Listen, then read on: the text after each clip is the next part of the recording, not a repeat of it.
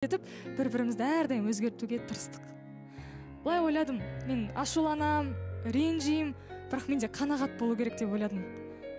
Осындай адамның барына рахмет деп ойладым. Осындай адам маған Алла тағала бергеніне, осындай адамды кездестіргеніне рахмет деп ойладым. Басқаларды осы өстіп, әңгіме айтып, қиналған кезде жанынан табылатын адамдары да жоқ қой. Сөйтіп ойладым да. Сол үшін рахмет саған, Серік. Барлығы үшін көп-көп рахмет. Қандай махаббат болса да, ауру махаббат болса да, ол махаббат бізде болды. Иә. Аз да болса, осы уақыт аралығында Серік сіздің өмірлік серігіңіз болды. Қиын сәтте де, қуанышта да, қайғыда да. Енді үлкен сыйластықпен, асқан құрметпен бір-бірлеріңізді жіберіп, ешқандай жек көрусіз. Ол үшін уақыт керек. Барлығын ұмыту үшін. Серік мырза, айтарыңыз бар болса? Я, Диана ханым, не знаю, что сказать. Сіздерге рахметімді айтамын. Сізге рахмет. Я, қосылайық ұжымына үлкен рахмет. Шықпады, но мы старались. Кешіріңіздер бізді, қатысушылар сіздерден қатты сөйлеп қойып жатсам, кешірім сұраймын.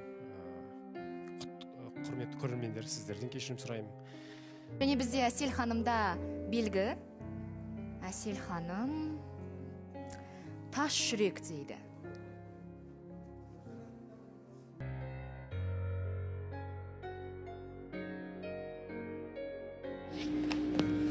Абайдың қара сөздері. Бірінші сөз. Бұл жасқа келгенше жақсы өткіздік пе, жаман өткіздік пе, әйтеуір бір талай өмірімізді өткіздік. Алыстық, жылыстық, айтыстық, тартыстық, әурешілікті көре-көре келдік. Енді жер ортасы жасқа келдік. Қажыдық, жалықтық, қылып жүрген ісіміздің баянсызын, байлаусызын көрдік. Бәрі қоршылық екенін білдік. Ал енді қалған өмірімізді қайтып не қылып өткіземіз? Соны таба алмай өзім де қайранмын. Ел бағу жоқ, елге бағым жоқ. Бағусыз дертке ұшырайын деген кісі бақпаса, не албыртқан, көңілі басылмаған жастар бағамын демесе, бізде Құдай сақтасын. Мал бағу жоқ, баға алмаймын. Балалар өздеріне керегінше өздері бағар. Енді қартайғанда қызығын өзін түгел көре алмай тұғын. Ұры, залым, тілемсектердің азығын бағып беремін деп, қалған аз ғана өмірімді қор қылар жайым жоқ. Ғылым бағу жоқ, ғылым бағарға да ғылым сөзін сөйлесер адам жоқ. Білгеніңді кімге үйретерсін, білмегеніңді кімнен сұрарсың? Елсіз, күнсізде кездемені жайып салып, қолына кезін алып отырғанның не пайдасы бар? Мондасып шер тарқатысар кісі болмаған соң, ғылым өзі бір тез қарайтатұғын күйік. Софылық қылып дін бағу жоқ, ол да болмайды. Оған да тыныштық керек. Не көңілде, не көрген күнінде бір тыныштық жоқ. Осы елге, осы жерде не қылған софылық? Балаларды бағу жоқ, баға алмаймын. Бағар едім, қалайша бағудың мәнісін де білмеймін. Не болсын деп бағам? Қай елге қосайын, қай харекетке қосайын? Балаларымның өзіне ілгері өмірінің, білімінің пайдасын тыныштықпенен керерлік орын тапқаным жоқ. Қайда бар, не қыл дерімді біле алмай отырмын. Не бол деп бағам, оны да ермек қыла алмадым. Ақыры ойладым. Осы ойыма келген нәрселерді қағазға жаза берейін. Ақ қағазбен қара сияны ермек қылайын. Кімде-кім ішінен керекті сөз тапса, жазып алсын, я оқысын. Керегі жоқ десе, өз сөзім өзімдікі дедім де, ақыры осыған байладым. Енді мұнан басқа ешбір жұмысым жоқ. 1890 жылы. Абай атамыз бірінші қара сөзінде не жазған, не туралы жазған?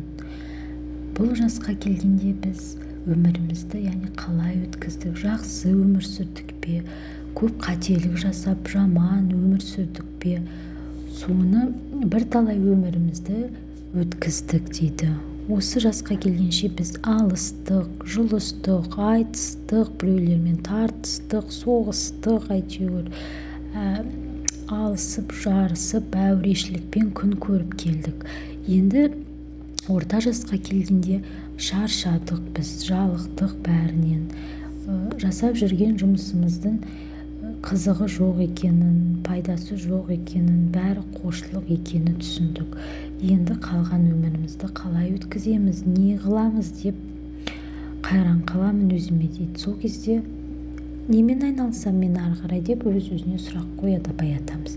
Ел бағу, яғни әкім болып сайланып ел бағайын ба дейді. Жоқ, ол елге ел баға алмаймын. Оны бағусыз дертке ұшырайын деген кісі бақпаса, немесе жастар бақпаса, бізді Құдай сақтасын дейді, бізді ел бағудан. Мал бағу, жоқ, оны да баға алмаймын. Оны балалар өздері бағар дейді. Енді қартайғанда өзін түгел көре алмайтұғын ұрылардан қалай мен мал бағамын, қалай оны қорғаймын дейді. Қалған аз ғана өмірімді мал бағып қор қылар жайым жоқ дейді. Ғылым бағу, жоқ, ғылым бағарға да ғылым сөйлесер адам жоқ дейді. Ғылым сөзін сөйлесер адам жоқ. Білгенімді кімге үйретемін, ал білмегенімді кімнен сұраймын дейді. Кім маған үйретеді? Мұндасып менімен сөйлесетін адам болмаса, кісі болмағаннан кейін ғылым өзі тез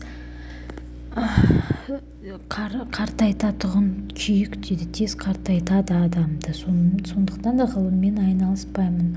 Софылық, яғни дін бағу, жоқ, ол да болмайды. Маған тыныштық керек, оған тыныш болу керек өмірім көңілінде тыныш болу керек. Осы елге, осы жерде не қылған софылық, не қылған дін бағушылық бұл.